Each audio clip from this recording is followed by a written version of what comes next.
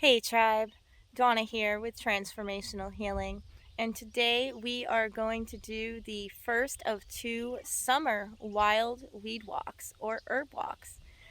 And we're going to revisit some of the areas at Brushwood Folklore Center that we had gone to before and see what some of the changes are. And one of those is right behind me. So let's swing around and see that. So this area here is the area where I found lots of red raspberries in our spring herb walk. But as you can see, the red willow has expanded huge in this area. So we have lots and lots of red willow or swamp willow.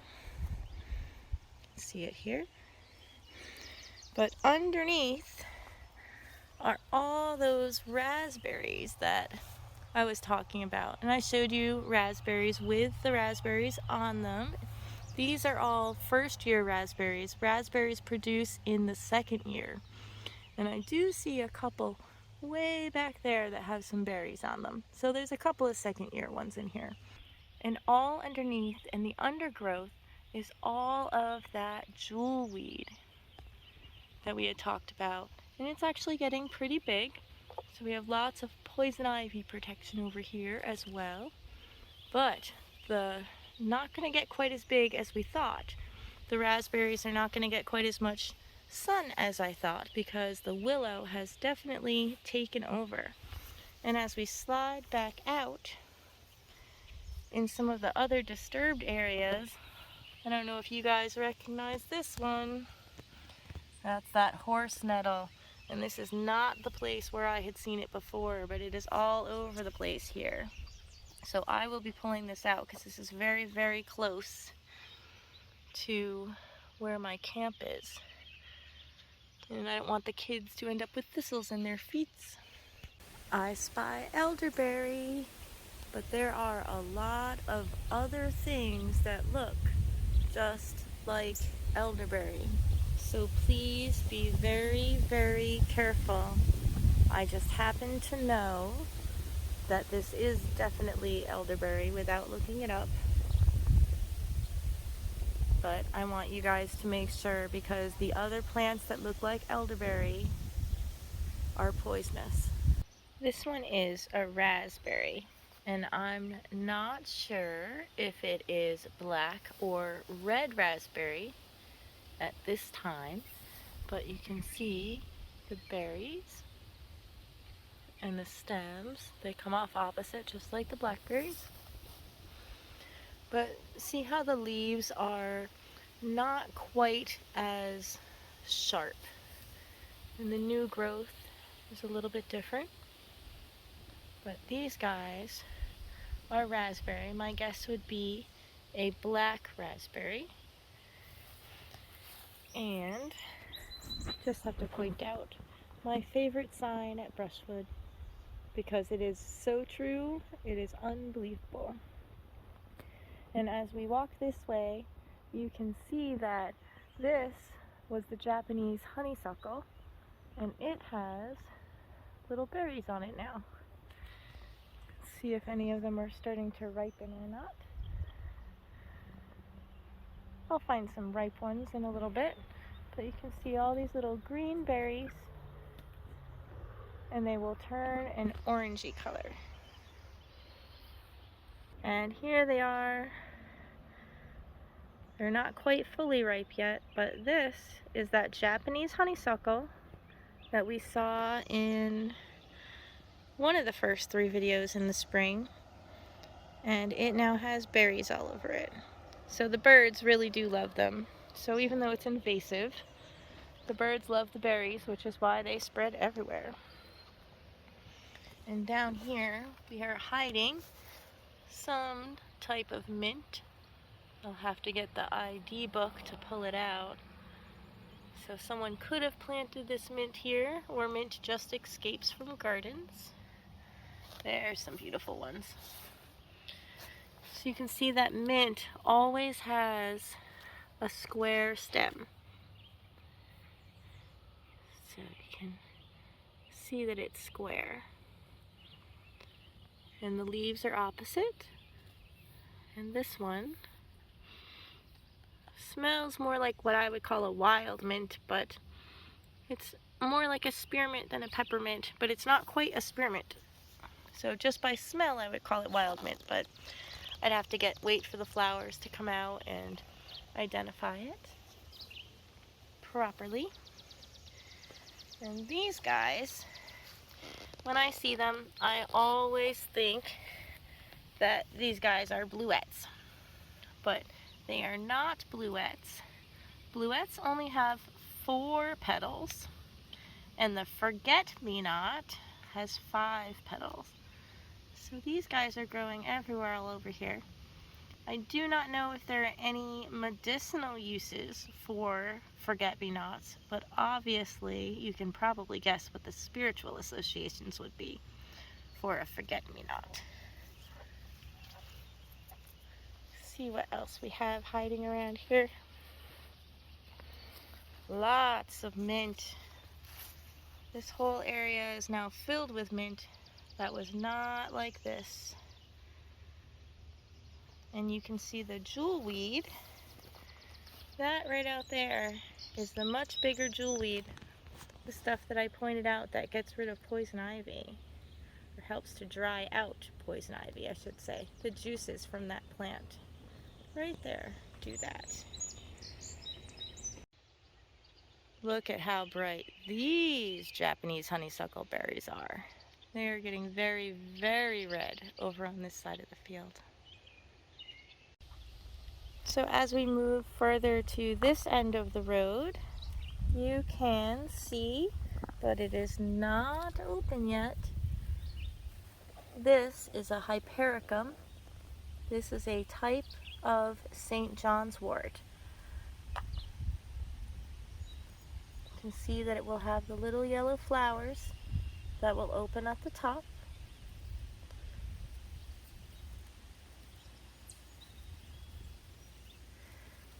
And the structure of the leaves is what tells me that it is. See how every time they come off, there's spin? And if you were to pick a leaf and look through the bottom of it, you will see that the whole entire leaf is filled with holes, which is where the Hypericum comes from.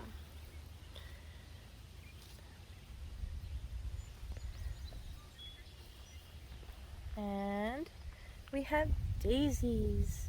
And daisies are great for blessings. Blessings and births and consecrations. And I don't know any medicinal uses for them, but you know, you also always have the he loves me not. So beautiful daisies here. And right next to them are some asters in the same family. I will look that up and see if I can put exactly what type of aster, because there's so many different types. But what I wanted to point out, besides the fact that there's more St. John's wort here, that's not open yet. It's not quite solstice yet, but this is a type of dock. And I believe that this one is curly dock. I showed you burdock before, but see, these leaves are very similar, but they're smaller and they curl, and the top of this is bright pinkish, greenish, reddish, and I believe that this is curly dock. There is also yellow dock, but I believe this one is curly dock. I always have to look them up exactly before I pick any of them. And you can see lots more forget-me-nots and a white cute little ground cover that I'm gonna have to look up. See if I can get a good picture of it. It's so windy today. It almost looks like a baby's breath. And it is sticky, so I don't have to look it up. This is bedstraw. Some type of cleavers or bedstraw or I think people call it sticky willy, and it's very, very useful. So we have one last thing that's down here near the pond. This plant right here with the purple stems coming off opposite each other, square stem, very elongated leaf, fuzzy stem, fuzzy leaf. This is Joe Pieweed. Now hopefully by the time we do the end videos for the fall and the end of August, you guys will see the bright, brilliant pink top. And Joe Pieweed has been used by herbalists for a long time for kidney and bladder tract infections. So there's a little peeky of very tall red clover back here. So, oh, I found another one. This is Boneset. The leaves of Boneset come off of a very fuzzy square stem, but the leaves, as you can see, come off connected like an arrow. So this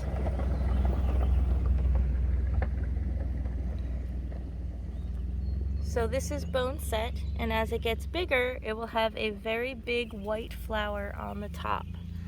And there's some more right here. A little bit muddy, but that will be very good medicine if it wasn't right next to the road, of course.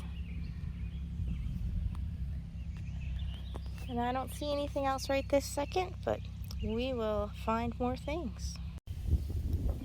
Do you guys remember in video 3 when I did invasive species, the spring herb walk? We talked about Multiflora Rose, and I showed you the greenery, but look how beautiful these flowers are.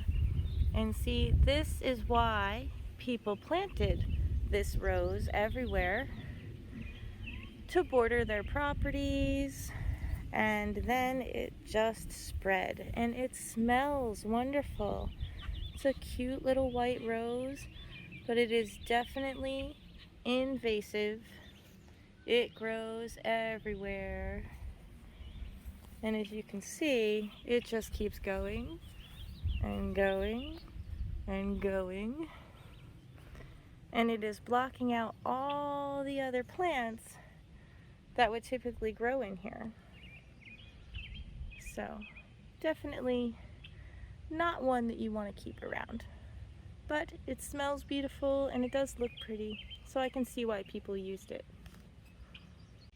Here we find a really good example of what some people mistake as chamomile. This is a relative to chamomile, and it is typically called pineapple weed. It has some of the similar medicinal properties, but it is, well, it tastes kind of pineapple-y. A little bit of a different flavor, a little bit more sour. And it typically grows in waste areas. So, where it is right now is right at the edge of the road. So, we can't harvest it here, but I wanted to make sure that I showed it to you. And in this little area here, we have lots and lots of wood sorrel. So it almost looks like clover, but if you see the heart-shaped leaves, the kids call it lemongrass as a joke, or lemon clover, but it is wood sorrel. And over here, there's a couple of the little yellow flowers. There they are, that come out. And you can actually, in a safer place, right here has been a little bit disturbed and has a little bit too much stuff. They don't look as healthy as I would like them to be, but you can actually eat them and they taste like lemon. But you can see that they're all over the place growing in here. So I just spied something really, really cool up here in the middle of a very disturbed area. Look at this. It's so beautiful. See if you guys can take a guess at what it is before I tell you. Very, very thistly, and it is not a horse nettle. What if I was to show you this? This is a blessed thistle. It is so beautiful. Now there's a chance that what I identified as horse nettle down below is blessed thistle, so I'm gonna double check it real quick before I pull it out, but I still don't want it growing where it was, where the children are gonna step on it. But look at that. Beautiful bulbs. It's gonna come out into a brilliant, beautiful purple blossom on the top. So pretty. And all around on the ground around here are these little guys. And it's a vine. And it's what I typically refer to as like a bindweed type of thing. It could be a morning glory. It could be a Jimson weed, but I don't think so. Not at this size. But it also kind of looks like nightshade, the belladonnas. So we're going to have to wait and see which type of flower comes out on this. If it's going to have a big white flower, or if it's going to have the little flower that goes upside down with the pointy beak. But it is all over the place. So sometimes when you're identifying herbs, you're just keeping an eye on things because you're not sure exactly what it is yet. But this would definitely be a climbing vine. So over here in this disturbed area, we have a bunch of that thyme-leaved speedwell that we saw last time, mixed in with all sorts of other things. But what caught my attention was actually this very large plant. Look at the root, the stems on this, and the leaves are very big and broad, and they alternate. Try to get in here so you can see it. Very, very distinct leaf pattern. You can see a little bit of the flower there, a little bit of the flower small here. The flowers have already passed, so that's what's left of the seed pod. But when you look up here, you can see this is poke root. So this plant is actually poisonous, but as with all, or a lot of the poison plants, when they are very young, some herbalists in the herb lore will use the roots of this poke plant to, when it's, and I mean really young, like less than 8 inches or so, you can pull out the roots of the poke plant and use it to make a salve, very dilute, for fibrocystic breast issues. So there, that's classic poke. That's a good view.